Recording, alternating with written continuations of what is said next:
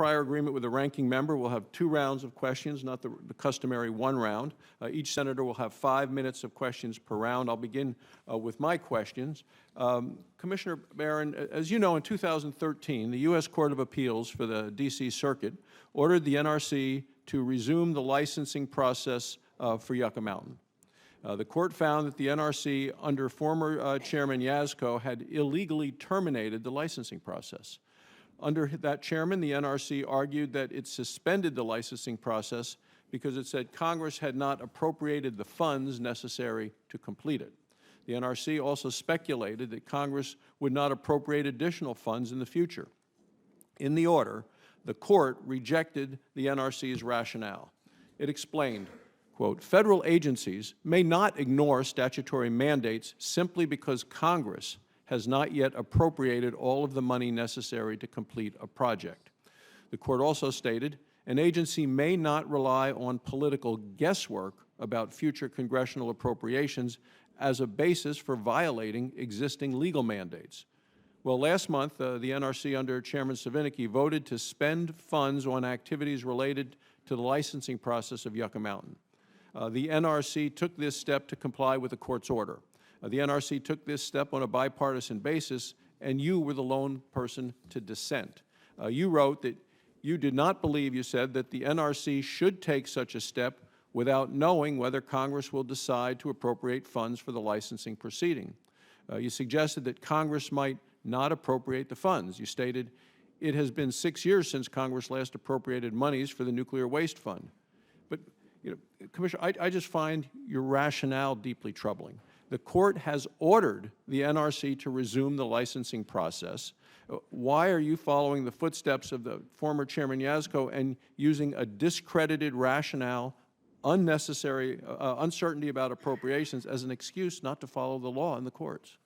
Well, thank you for the opportunity to clarify my vote.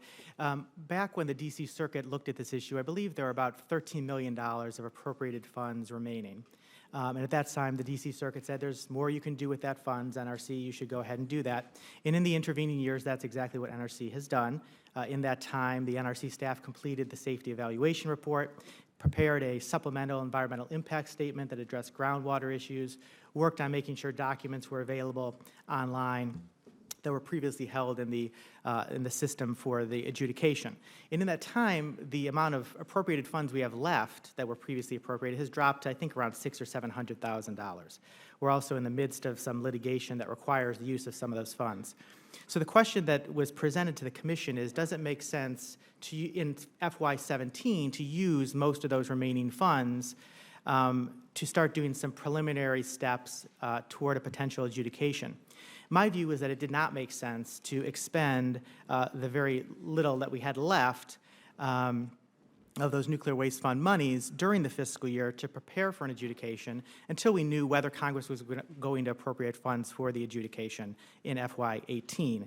And I kind of share the view that you expressed, which is that we shouldn't, as a Commission, be making predictions about what Congress is going to do. My view is we should wait a few months, see what Congress decides to do. Some of the items that would have been funded, for example, like a real estate search for a facility to hold the hearing in Nevada, are very kind of short shelf life type items. And so I didn't think it made sense to start doing that work until we knew we were actually going to begin the adjudication in FY18. Yeah, I just think, you know, with all due respect, the agencies may rely, it just seems that agencies do rely on guesswork about appropriation in an effort to comply with the law. What the court said was that agencies may not rely on guesswork about appropriation to avoid complying with the law. So I just find it disturbing that perhaps your opposition to Yucca Mountain is so strong that you wouldn't even follow the legal court order on this one. Mr. Wareham, last week you argued a case before the U.S. Court of Appeals for the D.C. Circuit. You did it on behalf of clients who were challenging the silica rule. Do you have any concerns that this litigation is going to interfere with your work if confirmed as the EPA Assistant Administrator for the Office of Air and Radiation? No, Mr. Chairman, no concerns whatsoever. The issues related to the silica rule we were litigating have absolutely nothing to do with the issues for which I would be responsible if confirmed to the position of AA for OAR at EPA. Furthermore, as we all know, there are comprehensive ethics rules that will govern my transition from private practice into government service. I already am working very closely with EPA's ethics officers to make sure I fully understand those obligations and have their counsel.